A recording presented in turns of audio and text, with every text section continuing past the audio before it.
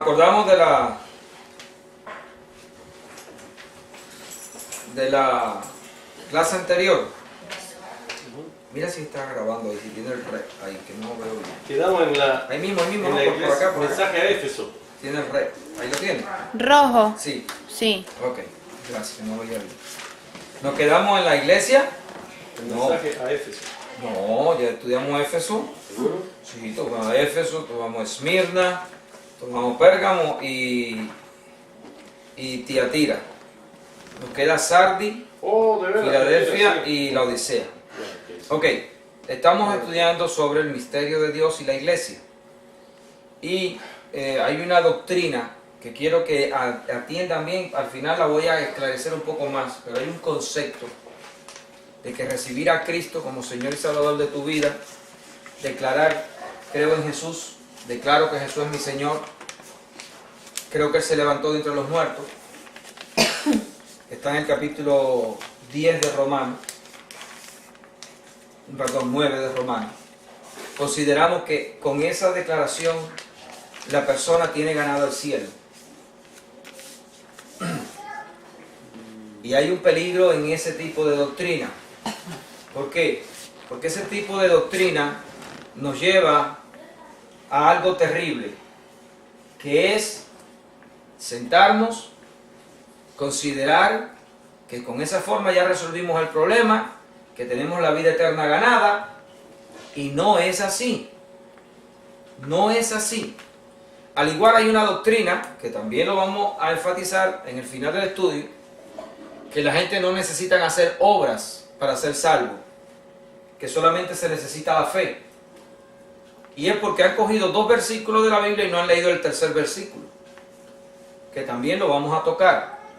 Hemos estudiado ya 4 iglesias. En las 4 iglesias, Dios les habla a cada una de ellas de las obras que ellas han hecho.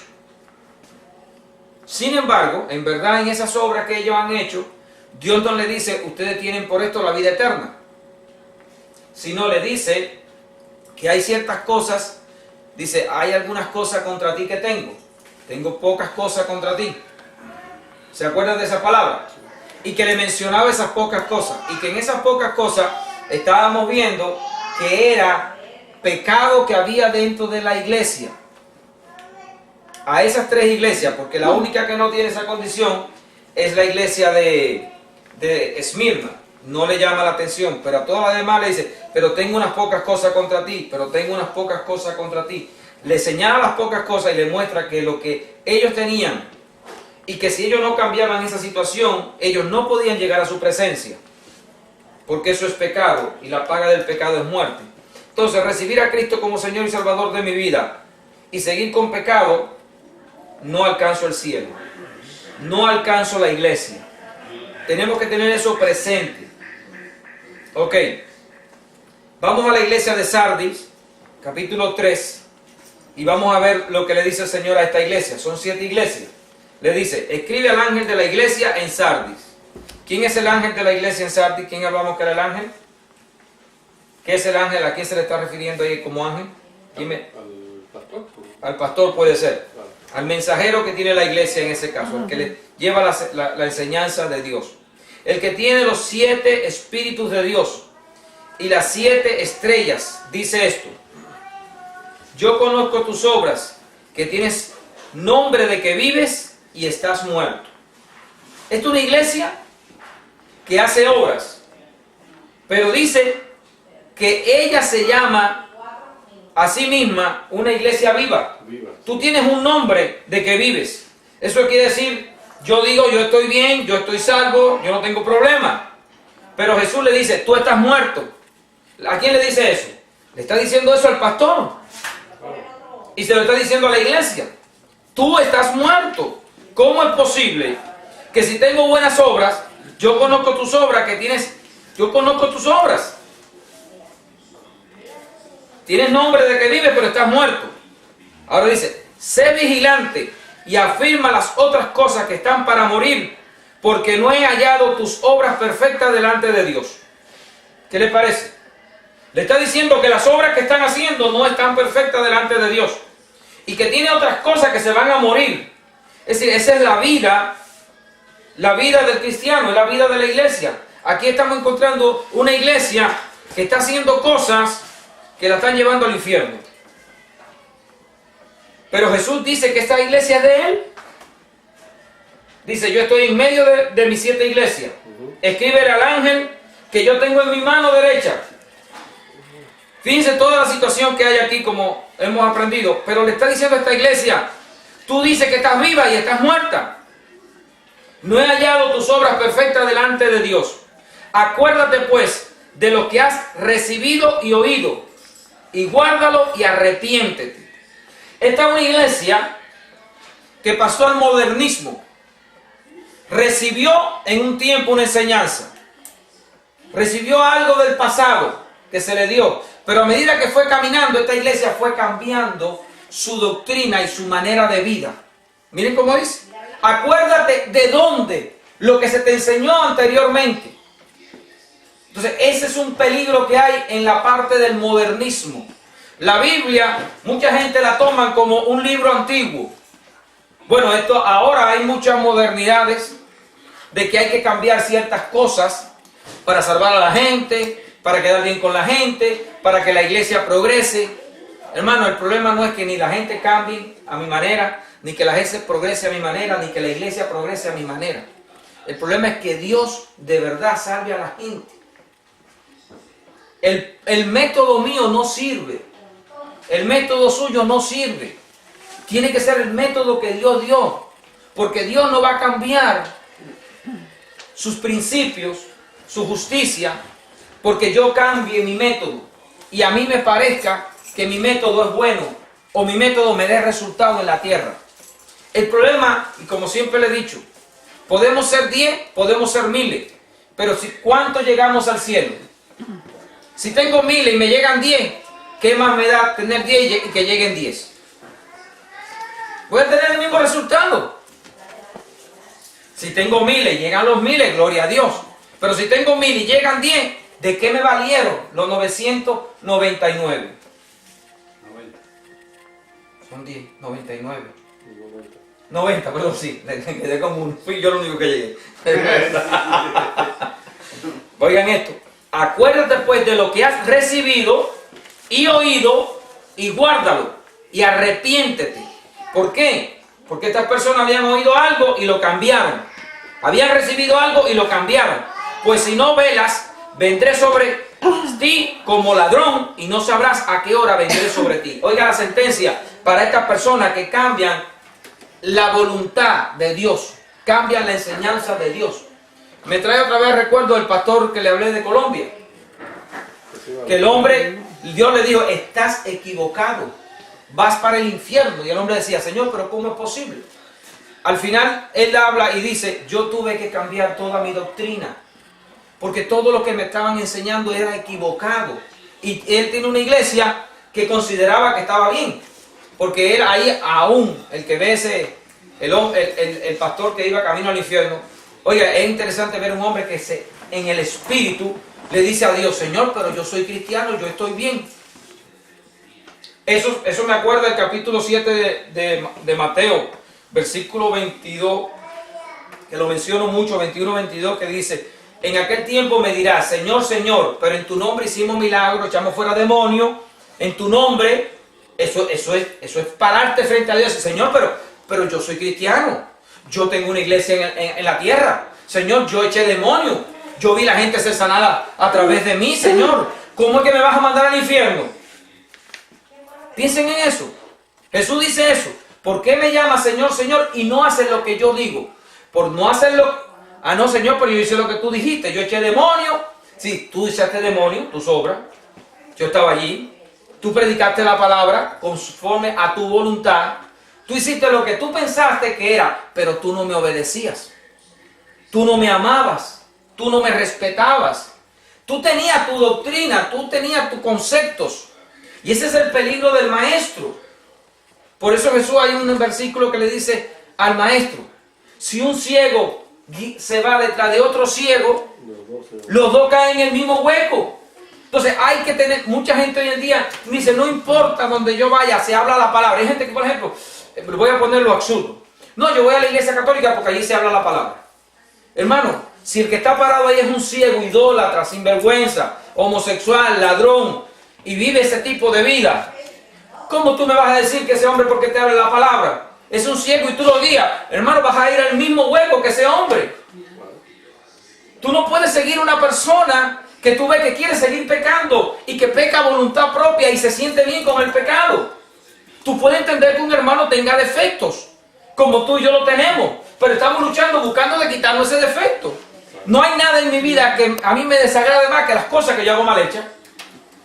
A mí me desagradan, me siento mal con ellas, pero tengo la maldita suerte. No, tengo la maldita suerte de que todavía mi cuerpo no ha sido transformado. Pero va a ser bendita cuando me transforme. La maldita me refiero en el aspecto de que todavía estoy en este cuerpo de pecado.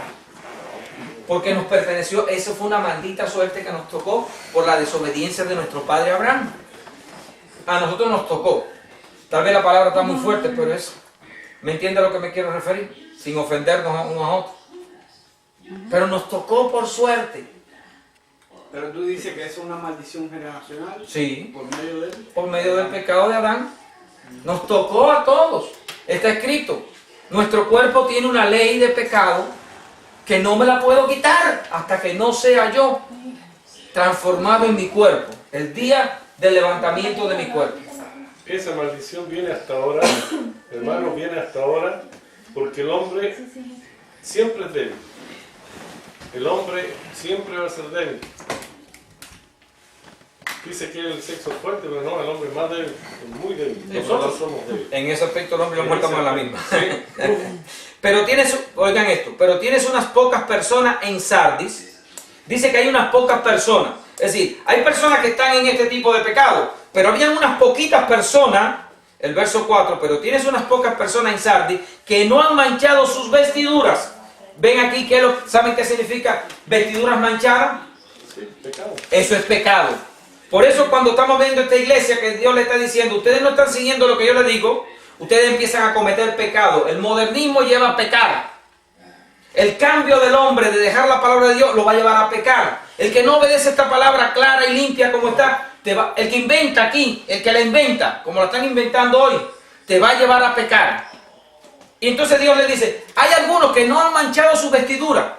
Dice que la vestidura significa las obras santas de los santos. Está en Apocalipsis. Eso significa santidad. Entonces Jesús le está diciendo, hay algunos que no han manchado sus vestiduras, pero otros sí la han manchado. Pero tienes unas pocas personas en Sardis que no han manchado su vestidura. Y andarán conmigo en vestiduras blancas porque son dignas. Fíjense, a las únicas que dice andarán conmigo son esas. El que no tiene la vestidura blanca, no importa que estés en la iglesia. Lo voy a decir 1000 veces. No importa que yo me pare aquí. Si Dios no me encuentra digno de Él, no me va a levantar de entre los muertos en la primera resurrección. Si yo no llego a Él digno, no soy digno, no me van a levantar. Entonces tenemos que entender que para ser digno tengo que hacer obras. Hay ciertas obras que hay que hacer. Y de ellas vamos a ir hablando poco a poco. El que venciere, vuelve la misma palabra.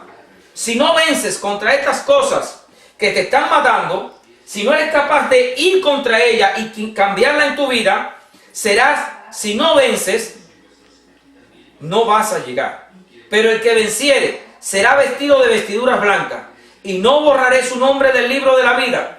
Aquí hay algo interesante, hay una doctrina por ahí también que dice que después que tú eres salvo siempre. ¿Y cómo dice aquí el Señor que te borra del libro de la vida? ¿Cómo dice aquí? Te voy a borrar del libro de la vida. ¿Por qué dice el Señor aquí? ¿El Señor es bruto? ¿O los hombres somos demasiado sabios?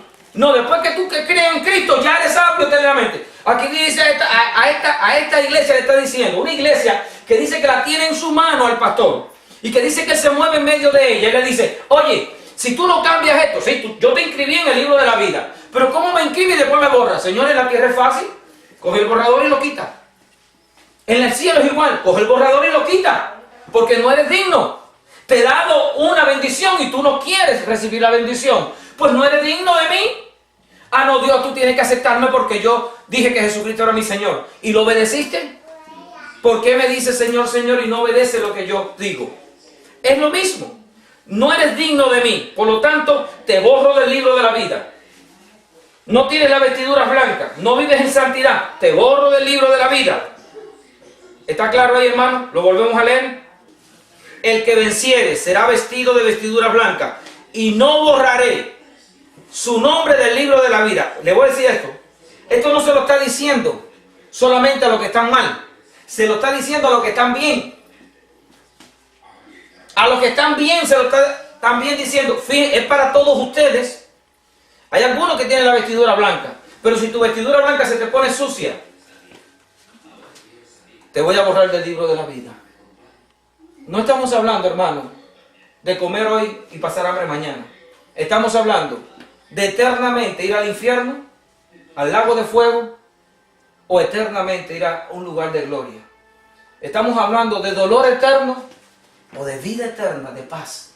No estamos hablando de juego. Esto no es juego. Dios no juega. Oigan lo que el Señor dice. Y confesaré su nombre delante de mi Padre y delante de sus ángeles. El que no sea hallado digno, no recibirá esa confesión. Jesús tiene que nombrarte delante del Padre y de los ángeles el día que te presente en el cielo, como su novia, como su iglesia. Escrito está, vengo por una iglesia, capítulo 5 de Efesios, versículo 27. Vengo por una iglesia sin mancha y sin arruga. Hermanos, hermanas, escuchen esta palabra del Señor. Yo la escucho todos los días, yo me las digo. No la tenga menos, porque todavía hay esperanza. Revise su vida todos los días. Analiza tu vida, ¿para dónde vas? ¿Cómo vas a ser hallado digno? El que tiene oído, oiga lo que el Espíritu dice a las iglesias. El Señor aquí nos reprende y nos advierte lo que le está pasando a esta iglesia de Sardis. Una iglesia que está dejando la palabra para irse a buscar otra cosa. La lleva a pecado. Acuérdate de donde caíste, acuérdate de lo que te enseñé, acuérdate de lo que oíste al principio. Pero era una iglesia que a través de los tiempos estaba cambiando. Eso está pasando, ha pasado y va a seguir pasando mientras el Señor no llegue a esta vida, a esta tierra a buscarnos. Las iglesias van a seguir cayendo en este problema. Lo hemos visto. Yo estuve en una iglesia por 5 años. A los 5 años el Señor me dijo, sal de aquí, Sergio. Sal de aquí, porque aquí hay muerte. Y me fui de esa iglesia, porque el Señor me habló. ¿Y por qué el Señor me habló? Porque yo no quería contaminar mi corazón, no quería contaminar mi ropa con el pecado de ellos. Y usted tiene que darse cuenta de que esa es una verdad. Vamos a la sexta iglesia. Mensaje a Filadelfia. Escribe al ángel de la iglesia en Filadelfia. Esto dice el santo, el verdadero, el que tiene la llave de David, el que abre y ninguno cierra, y cierra y ninguno abre. Yo conozco tus obras. Fíjense que en todo momento él habla de las obras de las iglesias. He aquí, he puesto delante de ti una puerta abierta, la cual nadie puede cerrar, porque aunque tienes poca fuerza, has guardado mi palabra y no has negado mi nombre. El que guarda la palabra de Dios tiene una puerta abierta. Pero tiene algo interesante. Hemos visto lo mismo que en Sardis. Ahora estamos viendo a Filadelfia, que es una iglesia que está caminando en la palabra perfecta de Dios, pero también es una iglesia débil. ¿Se acuerdan? Qué casualidad que en las dos iglesias que tienen mejor condición delante del Señor son iglesias débiles. Aquella era una iglesia pobre. Dice que esto es una iglesia que no tiene fuerza.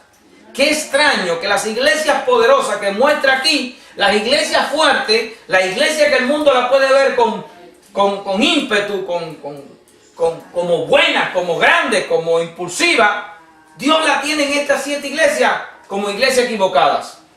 Sin embargo, las iglesias que están débiles, las iglesias que están pobres, Dios le dice, tú eres rica, yo estoy contigo, tú te ves débil, pero yo tengo una puerta delante de ti. Porque el hombre siempre mira las cosas de la tierra, porque piensa que las cosas de la tierra tienen la solución. Pero Dios muestra que en estos tiempos las cosas de la tierra no son nuestra solución. Las cosas de la tierra son para mantenimiento hasta que llegue lo glorioso que Dios tiene preparado para nosotros. Dice el Señor, yo conozco tus obras aquí, que he puesto delante de ti una puerta abierta, la cual nadie puede cerrar. Porque aunque tienes poca fuerza, has guardado mi palabra y no has negado mi nombre. He aquí, yo entrego de la sinagoga de Satanás a los que se dicen ser judíos y no lo son, sino que mienten. He aquí, yo haré que vengan y se postren a tus pies y reconozcan que yo te he amado. Hay gente aquí de la sinagoga de Satanás que vimos que en la otra iglesia se estaba manifestando. Son personas que están atacando a los cristianos que se dicen o que ellos creen que son débiles. Son personas que están atacando al cristiano. Aquí le dice, tú eres débil. Ese cristiano que parece un cristiano débil, incapaz, que no puede, es un cristiano tal vez pobre, es un cristiano humilde y sencillo. Estos hombres que se dicen ser judíos lo están atacando. Y Dios le dice, yo te lo voy a poner a tus pies. Un día vas a ver que ellos van a tener que humillarse delante de ti. ¿Han visto la historia de José? Claro. Cómo los grandes hermanos tuvieron que humillarse un día ante el débil, ante el que no hacía nada, ante el que no ponía fuerza. Así es Dios, porque dice el Señor, el que sea humilde lo exaltaré, pero el que se exalte yo lo voy a humillar. Por cuanto has guardado la palabra de mi paciencia. Fíjense cuántas veces aquí el Señor le menciona guardar mi palabra. Lo importante, guardar mi palabra es obedecer al Señor. Yo también te guardaré de la hora de la prueba que ha de venir sobre el mundo entero para probar a los que moran sobre la tierra. Dios tiene momentos para probar a los hombres. A todos Dios nos va a probar, va a ver si nuestro corazón es fiel. La gente quiere llegar a Dios sin prueba. Creo que es inaudito, inconcebible. No es correcto que yo, siendo un ser sabio, un ser independiente, un ser moral, un ser que determina mis caminos, no sea aprobado por un Dios santo para ver si yo escojo lo bueno o lo malo. ¿Pueden entender? Toda persona, para ser puesta en un lugar que tenga un valor, que tenga una validez para esa persona, debe de probar a la persona que va a poner. Nadie pone a otro sin probarlo en un lugar que merece rectitud, que merece aprobación, que merece dignidad. Se necesita probar a esa persona para ver si de verdad. Hoy se prueban la gente con los estudios, con las experiencias. Dios prueba a la persona con la santidad. Dios prueba a la persona con la humildad. Dios prueba a la persona con la mansedumbre. Dios prueba a la persona con la dignidad. Dios prueba a la persona a ver si ella es capaz de respetar como Él pide que se respete. Dios prueba porque Dios nos hizo a nosotros seres libres. Ese tipo no puede venir para acá. ¿Qué pasó, papá? Abuela, ¿qué dice abuela? Entonces hay una hora para probar el mundo entero. Déjalo aquí, mamá. Pero dice, yo te voy a guardar de ese momento. El que está en los caminos correctos, dice, yo te voy a guardar de ese momento. He aquí yo vengo pronto, retén lo que tienes para que ninguno tome tu corona. Aquel que tiene la corona, aquel que está en los caminos correctos del Señor, haciendo bien la voluntad de Dios, viviendo como Dios pide, Dios le dice, no permita que otro te robe la corona. ¿Cómo te roban la corona? Haciéndote caer de tu vida de santidad. Así como te roban la corona. Si te involucras en la vida de pecado y sigues al mundo, Dios dijo, te haces enemigo mío. Vivimos en un mundo que es nuestro enemigo. Tenemos que tener en cuenta que lo que aparentemente el mundo nos muestra como bueno y que nosotros muchas veces tenemos como bueno, nos lleva a lo malo. La maldad nunca empieza, hermano, siendo algo muy manifestado. La maldad empieza muy pequeño. Por eso Jesús una vez habló cómo es que el pan, la levadura, leuda el pan. Dice, una pequeña porción de levadura leuda una gran masa de harina. Un poquito de pecado leuda la iglesia completa. Por eso usted ve que en todas las iglesias que habíamos leído, como Dios va contra el pecado, tratando de sacar del pecado, porque los que quedan allí, que están bien, pueden caer en la desgracia que están nosotros y perderse toda la siembra del Señor. Igual La que cosecha. una manzana podrida pudre. O así mismo, esa es otra expresión igual. Cuídate para que ninguno tome tu corona. Tenemos que cuidarnos, hermano. Al que venciere, otra llamada de atención. Fíjense que esa iglesia está bien. Nadie le está diciendo a esa iglesia que está mal. Pero miren lo que le dice. Al que venciere, verso 21. Yo le haré columna en el templo de mi Dios y nunca más saldrá de allí. Verso 12, pastor. Verso 12. Y escribiré su nombre y escribiré sobre él el nombre de mi Dios, el nombre de la ciudad de mi Dios, la nueva Jerusalén, la cual desciende del cielo de mi Dios, y mi nombre nuevo. El que tiene oído, oiga lo que el Espíritu dice a la iglesia. Le doy un consejo, hermano. Leer las iglesias en varios momentos es súper importante, porque nos recuerda la situación que en muchos momentos podemos caer. Lean las iglesias y dense cuenta. Cada iglesia necesita vencer. Necesitamos vencer. Aún los que están bien, Dios le dice, tienen que vencer. Es decir, tienen que seguir en el mismo lugar. Vamos a la última iglesia, la Odisea. Esta iglesia es, si hay iglesias terribles, esta yo creo que es la más terrible de todas. Esta es la más terrible, porque Dios usa aquí una expresión muy fuerte.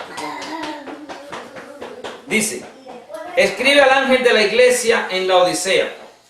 He aquí el amén, el testigo fiel y verdadero, el principio de la creación de Dios. Dice esto. Empezamos igual. Yo conozco tus obras. Oigan la obra de esta iglesia. Que ni eres frío ni caliente. En la otra le dijo que estaban muertos. Que estaban muertos y no estaban vivos. A esta le dice, yo te voy a borrar del libro de la vida. Pero oigan esto. Yo conozco tus obras, que ni eres frío ni caliente. Ojalá fuese frío o caliente. Es decir, el Señor dice, es mejor que tú estés muerto o estés vivo. Eso es lo que significa frío o caliente. O estás de un lado o estás del otro lado. Pero si tú estás tibio, dice, eso es peor que estar vivo o estar muerto. O eres hombre o eres mujer. Estar en el medio de algo, hermano, y sentirse bien, eso es lo peor que hay. Porque tú no eres ni de uno ni de otro. Y no tener esa orientación clara es terrible. Y le dice a esta iglesia, yo conozco tus obras, ni que eres frío ni caliente. Ojalá, miren la palabra que el Señor usa, ojalá fuese frío o caliente. Pero por cuanto eres tibio y no frío ni caliente, te vomitaré de mi boca. Usa una expresión bien fuerte, grotesca. Vomitar de la boca. Vómito. En la otra dijo, te voy a borrar del libro de la vida. Eso es terrible. Pero cuando habla de vomitar de la boca, está usando una palabra que habla mucho de repulsión. No solamente que te va a borrar del libro de la vida, sino el Señor te aborrece, le das asco. Ni siquiera nombrarlo. Es algo fuerte. Esta iglesia, miren cómo él le habla, le advierte, le llama la atención. Pero por cuanto eres tibio, la tibieza en un cristiano es aborrecida por el Señor. Y le voy a decir una cosa, el frío puede ser salvo, el caliente pues puede seguir siendo salvo adelante, pero el tibio se le hace difícil volver a calentarse. No está en ninguna de las aguas. Es una cosa terrible conocer algo del Señor y después, porque ya tú crees que estás bien.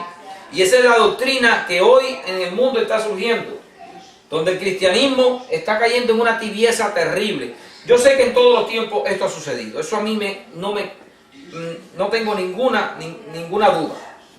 Pero estos tiempos también se siguen viendo esto. Te vomitaré de mi boca, porque tú dices, oigan lo que expresa esta iglesia. Primero, yo soy rico. Como soy rico y me he enriquecido y de ninguna cosa tengo necesidad, El tibio tiene ese problema.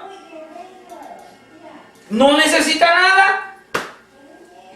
El muerto sabe que necesita vida. Pero el tibio está en una condición de que se siente happy. Dios me ha bendecido. No tengo problema. Entonces no tengo problema. ¿Qué más voy a buscar si no tengo problema? La persona tibia cae en este problema. Tú dices, yo soy rico y me he enriquecido y de ninguna cosa tengo necesidad. Y mira la sentencia. Mira la verdad de esta iglesia. Y no sabes que tú eres un desventurado. Desventurado. Miserable. Pobre, ciego y desnudo. Oigan, la sentencia que tiene este tipo de persona. Se considera que está bien. Y Dios le dice, mira, eres un desventurado. Estás desnudo. Eres una persona miserable, ciega, eres pobre. Entonces, caer en la tibieza en el cristianismo ¿y quién cae en la tibieza? Le voy a decir esto. Miren, caer en la tibieza no es ni dejar de predicar. Caer en la tibieza no es decir que tú no eres cristiano. Caer en la tibieza no es ir y reunirte en una iglesia. Caer en la tibieza es entrar en pecado y creer que tú estás bien. Y quien más hace esto son las riquezas. Las riquezas son, ¿por qué? Le voy a explicar por qué. ¿Qué piensa toda persona que se encuentra bien? ¿Qué piensa? Que Dios lo ha bendecido. Y si Dios me ha bendecido, entonces ¿qué problema tengo? ¿Qué problema puedo tener cuando digo, wow, Dios me ha bendecido? Dios me ha dado casa, Dios me ha dado mujer, Dios me ha dado hijos, Dios me ha dado buena salud, Dios me ha dado todo, estoy perfecto. La gente siempre está buscando en estos tiempos el sistema de bendición como Dios se lo dio a Abraham. Y no miran el sistema de bendición como Dios se lo dio a Cristo. Porque están pensando que nuestra bendición es terrenal. Y la Biblia en el Nuevo Testamento quitó toda bendición terrenal.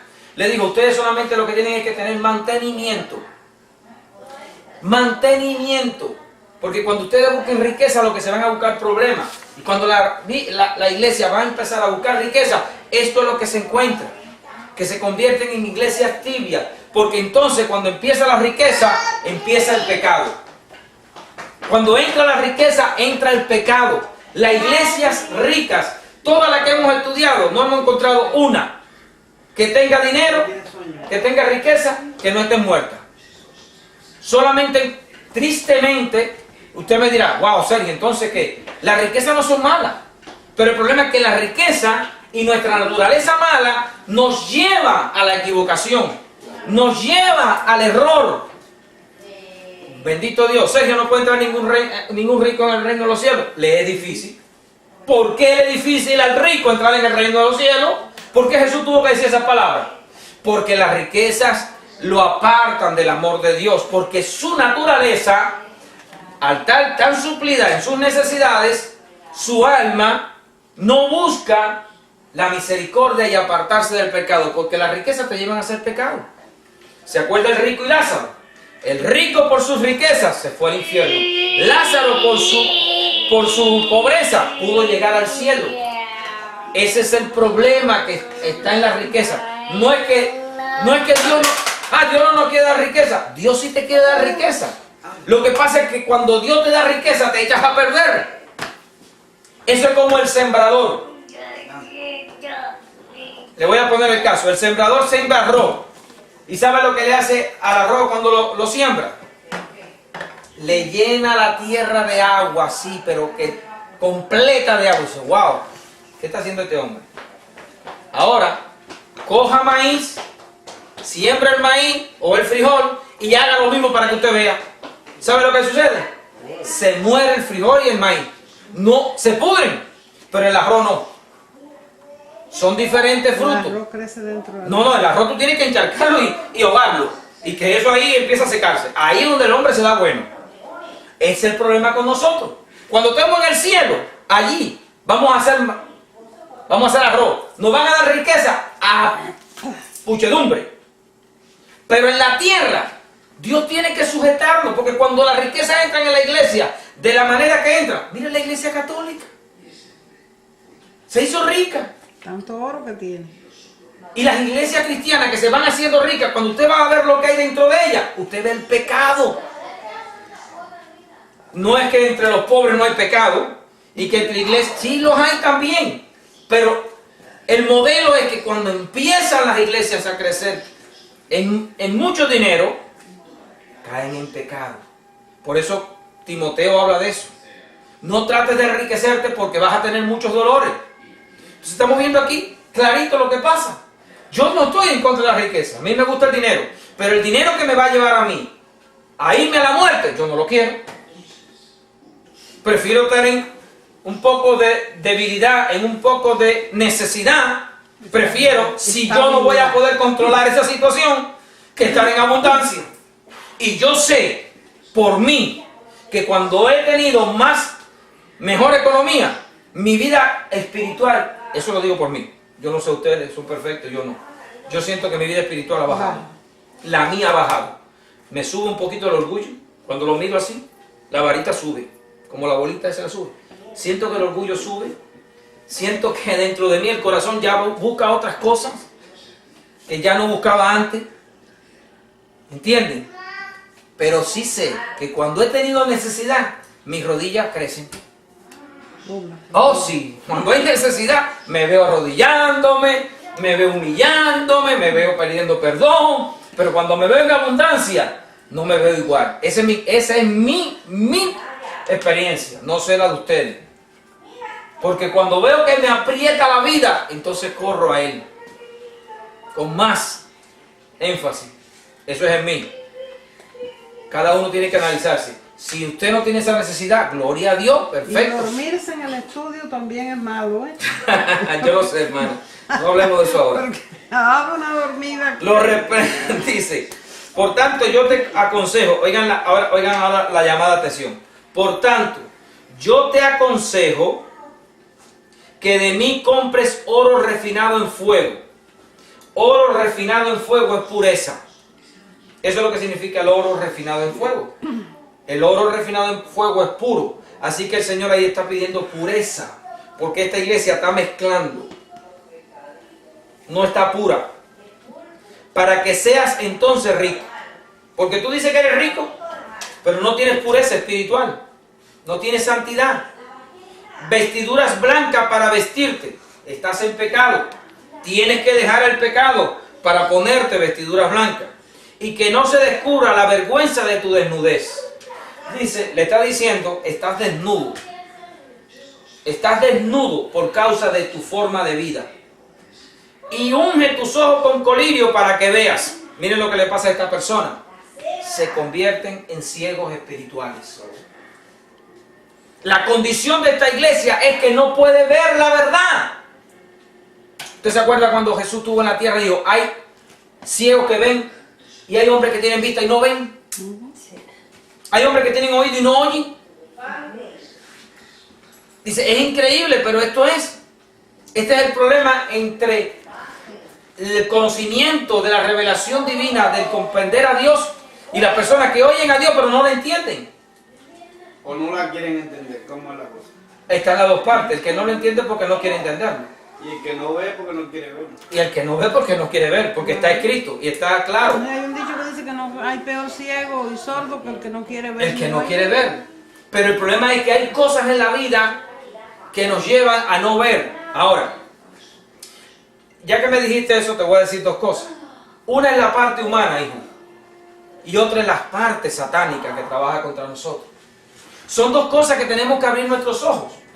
Pablo le dice a la iglesia, hermano, no quiero que ustedes sean engañados en sus sentidos, igual que fue engañado nuestra madre y nuestro padre Adán y Eva. Nos pueden engañar, pero nosotros somos los que nos dejamos engañar.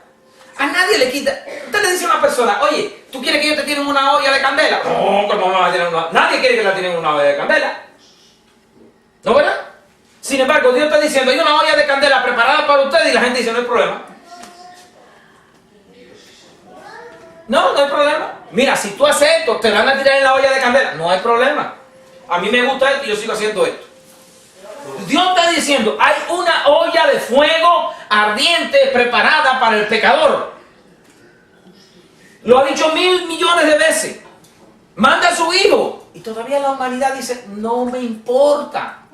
2000 años enseñando esta Biblia a través del mundo entero. La han querido destruir, han querido quebrantar esto. Hay testimonios de hombres que han ido al infierno, han vuelto del infierno. Dios se ha presentado en la tierra, se levantó de entre los muertos y todavía nosotros, tranquilo, yo como y bebo, no hay problema. No hay problema. Entonces, el corazón del hombre es tan negro, lo digo por mí. Cuando a mí me vinieron a predicar la palabra, ¿qué fue lo que dije? ¿Está tan loca? Cuando leí la Biblia por primera vez, digo, esto no es Dios. Porque mi corazón no tenía entendimiento. Yo era un burro, sin oreja. No, cuando yo cogí esta Biblia, me empecé a leer, digo, esto no es Dios. ¿De dónde ese hombre está diciendo que esto es Dios? Pero cuando me apretaron un poquito más, espérate, voy a investigar a ver si es verdad que es Dios. Sí, porque yo lo más que oí y ya por ahí me solté. ¡Pum! Sin investigar, sin abrir. Nada más cogí, leí un pedazo y dije, no, esto no es Pero Dios. ese es el que no sabe, el que no sabe. Esa era mi Deja el ignorancia. sermón. Así es. ¿Qué puede decir? No Que me esto es sermones. locura para los que no... Locura para el que no cree y no puede entender. Hasta que un día, entonces cuando me quebranté, le dije, Señor, cámbiame, quiero conocerte. No te conozco, soy un burro. Si no le dije esa palabra, pero se la di a entender. Necesito comprenderte. ¿Qué soy yo? Y allí fue donde vino el cambio en mi vida, poquito a poco. Pero ¿qué hice? Cuando yo dije, wow, es verdad, aquí está Dios. Ya lo probé, ya te saboreé un poquito. Ahora me voy a meter a comerte completo. Ahora yo quiero comerte completo. Porque si tú eres Dios, yo te quiero a ti.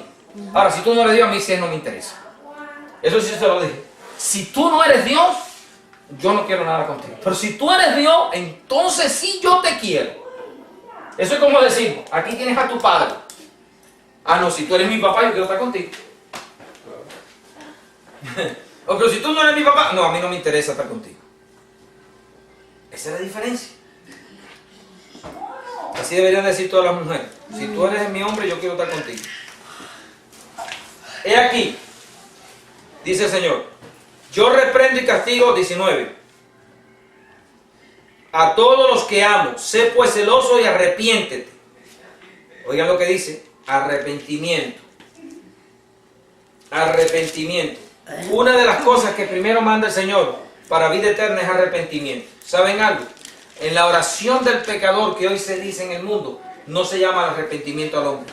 Confiesa a Jesucristo como Señor y Salvador y serás salvo. ¿Y dónde está el arrepentimiento? Si no hay arrepentimiento de corazón, no hay salvación. A veces nos traen a Cristo con esa oración, pero después más adelante, si no entramos en el conocimiento del arrepentimiento verdadero y seguimos por ese caminito, porque muchos cogen ese caminito, otros viramos para atrás y empezamos, espérate, esto no es así nada más. Yo tengo que entender qué significa santidad, yo tengo que entender qué significa un Dios santo, yo tengo que entender qué significa un hombre pecador. Porque a veces a nosotros hacemos cosas que para nosotros, por ejemplo, la Biblia habla, por ejemplo, de palabras obscenas, habla también de palabras deshonestas, habla de cuentos deshonestos. Y para nosotros a veces una risa es muy sencilla. Tú te pararás delante de Dios a decirle un cuento rojo. No me voy a poner delante de Dios. Tú irías a la Casa Blanca y no te voy a poner al presidente.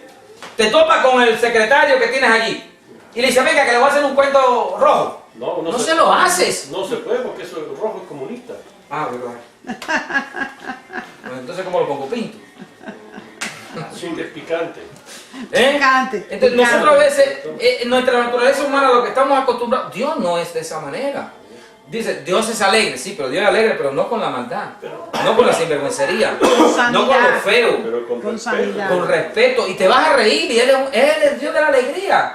Él nos hizo alegre, pero ¿qué pasa? En nosotros se metió la semilla de la maldad, y nosotros la alegría a veces la confundimos con cosas malas. La morbosidad nos hace reír, pero a Dios no lo hace reír la morbosidad. Entonces, hay veces que nosotros, por eso Dios dice, vuestras obras santas para mí, vuestras obras buenas para mí es un trapo de inmundicia. Entonces, nosotros a veces no entendemos al Señor y caemos en lo que se llama religiosidad. que es esas cosas que vemos a Dios como Dios, pero no lo vemos como el ser santo, Como glorioso, nuestro Dios. ¿eh? No lo vemos como nuestro Dios. Y como lo que es Él. Claro. Dios es Dios. Merece respeto, merece consideración, merece que lo admiremos, pero merece que también temblemos delante de Él. Como dice, oigan, ustedes tienen que temblar delante de mí, yo soy Dios, señores, por favor. Y el hombre dice, no hay problema, ¿cómo le dicen? ¿Cómo le dicen a Dios los colombianos? Mi socio. Hay una palabra que usan para el niñito Jesús como, y para Dios como, Mi pana. como una cosa así, como mi pana. Lo usan así como si fuera Dios, una cosa. Uy, tú no, Pana de panameño.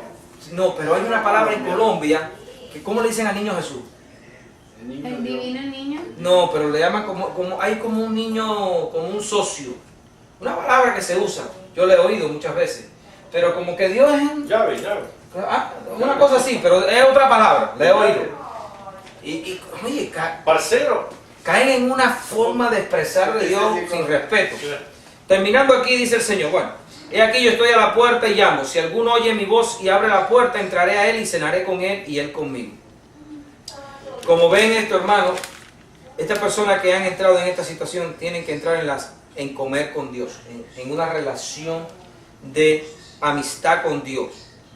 El que venciere, la misma palabra, le daré que se siente conmigo en mi trono, así como yo he vencido y me he sentado con mi Padre en su trono. ¿Se acuerdan que hemos hablado de este versículo? Como la misma posición que Dios le dio al Hijo, el Hijo nos la está ofreciendo a nosotros también. Porque al Padre le agradó que nosotros nos sentemos junto con el Señor. Mucha gente no entiende a dónde, el plan de Dios, el misterio del hombre. Lo hiciste menor que los ángeles y le has puesto sobre todas sus obras. Lo coronaste de gloria, lo estás levantando por encima, lo has puesto bajo sus pies, le has puesto bajo sus pies toda tu creación. Nos vemos ser tan incapaces, tan insignificantes, pero en el corazón de Dios el hombre es algo muy importante, porque de él está haciendo su familia, sus hijos, que es lo más importante para todo ser que tiene conciencia, sabiduría, entendimiento. No hay nada más importante que tu hijo, aún en los animales. Póngase al lado de un animal que acaba de parir. Un pájaro te picotea, una osa te desbarata, un caballo te va arriba. Oye, un animal puede estar comiendo y ellos defienden su comida, pero ponte al lado de un animal que acabe de parir y tenga sus niñitos para que tú veas. Trata de destruirle a una persona a su hijo para que tú veas. Entonces Dios a nosotros nos tiene en un lugar muy especial. A veces no comparamos esa naturaleza que Dios pone en nosotros y en su creación para que lo entendamos a Él. Somos muy importantes para el Señor. Hay muchos que no se dan cuenta, hay muchos que piensan seguir siendo esclavos, pero Dios no nos está llamando a ser esclavos. Dios nos está llamando a ser los reyes del universo, a ser sus hijos. Él nos hizo reyes, dice. A lo que lleguemos allí, al que venciere, no a cualquier hombre. Por eso Dios le dice, Jesús le dijo, vosotros dioses sois. Oigan esas palabras. Por ahí estoy oyendo unos comentarios en el internet, que ahora Casio Luna dijo que ellos eran Jehová Junior. Lo explicó muy brevemente. Y ya salió otro pastor por ahí, oye, este se está haciendo Dios. Casio Luna es un hombre con muchos problemas. Y yo lo estoy poniendo en YouTube. Yo sé que tú tienes muchos problemas, hermano. Pero él dijo una verdad. Los que lleguen a este lugar van a ser Jehová Junior. Son los hijos de Dios. Y eso es una cosa correcta. Aquí en la tierra estamos en proceso para llegar allí. Pero ese es el objetivo de Dios. Sus hijos. Y en el inglés se le dice el nombre Junior. Bueno, en el idioma ya nos van a llamar el verbo de Dios. Los verbitos. Sí, porque somos el cuerpo de Jesús. Y la gente no entiende todavía el plan de Dios. Muchos cristianos, aún hombres fieles, no entienden el proceso, no han entendido lo que hemos estudiado aquí, que es el misterio oculto por cual Dios hizo la creación esta tan inmensa, todos los soles y toda la tierra y todo esto, lo hizo solamente por sus hijos.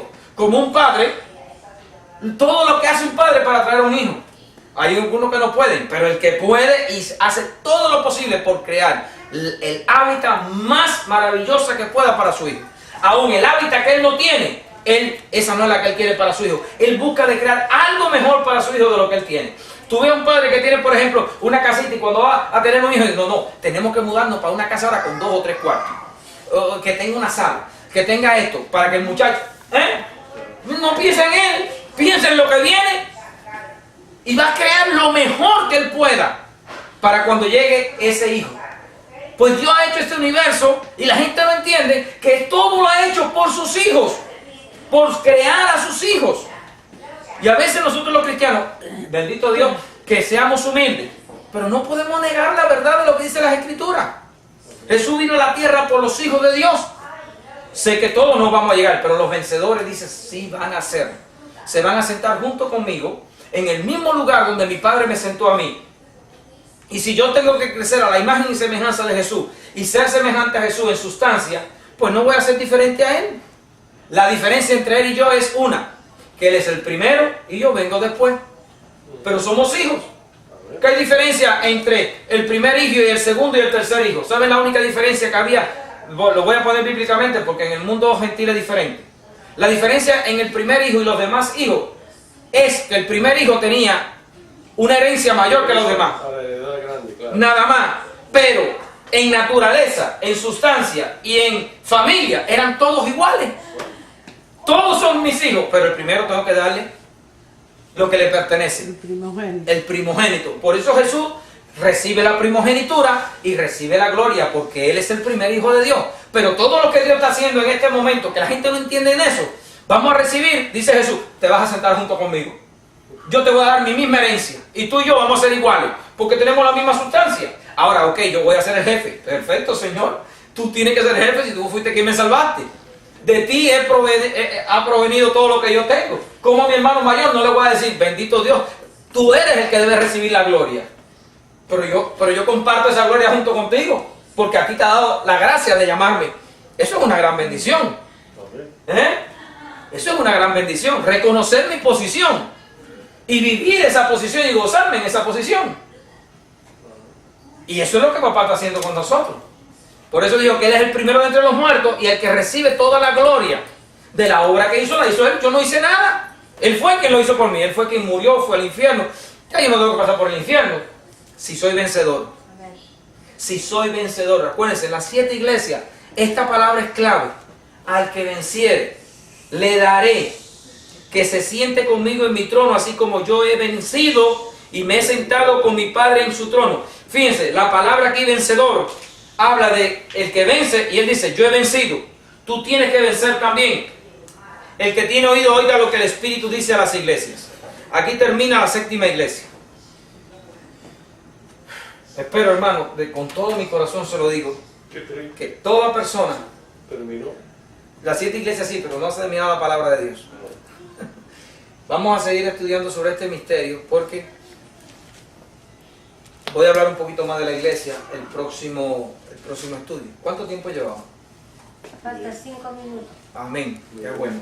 Porque a la hora se me corta y las personas entonces se me cortan y tengo que hacer otro para subirlo en YouTube. Bueno, hermano, 2 cosas que le quiero pedir. Primero, lean otra vez estas 7 iglesias. El martes vamos a hablar de esta situación. Este ha sido el sueñito así que yo he cogido más rico de mi vida. Sí. Me quedé dormida. Pero así. usted duerme con los ojos abiertos entonces. Bueno, fue No sé si fue pequeño un instante. minuto o fue... Va a salir en YouTube durmiendo. Oiga, pero lo único malo es que se le nota que ronca. No, es incierto. No, yo Un sí momentico, ronco. vamos a terminar y después Yo hablamos. sí ronco. Bueno, hermano, hasta aquí el estudio de las 7 iglesias que nos muestra la condición de las iglesias. Y acuérdense lo que le dije. Muestra la condición de las iglesias, pero muestra mi condición en especial. Cómo yo estoy. Esto me hace. El que lee esto puede ver la posición que tiene delante de Dios. el que lea esto y no se dé cuenta en la posición que está, Se va Es porque- leyendo y se va comparando. esa es la parte. Esto- ¿Cuál soy yo en esta lectura? ¿Cuál soy yo? ¿Qué ¿Qué posición? turno tengo yo aquí? Esa es la parte. Para eso es que Dios dijo, escríbele a las 7 iglesias. No dijo, mándale esto a una sola iglesia. No, mándasela a las 7, el mismo libro. La misma escritura de 7 iglesias se le manda a esta, a esta, a esta. Cada cual tiene que conocer el error de las demás. Para que no caiga. Yo tuve una iglesia por 5 años. Cuando yo me di cuenta que aquello estaba mal, le dije al Señor, Señor, me quiero ir de aquí en oración. Y el Señor me dijo, no te puedes ir, quiero que te quedes ahí. Le dije, Señor, ¿cómo me vas a dejar aquí si tú mismo me estás diciendo que esto está mal? ¿Y sabes lo que me dijo el Señor? Te quedas para que aprendas.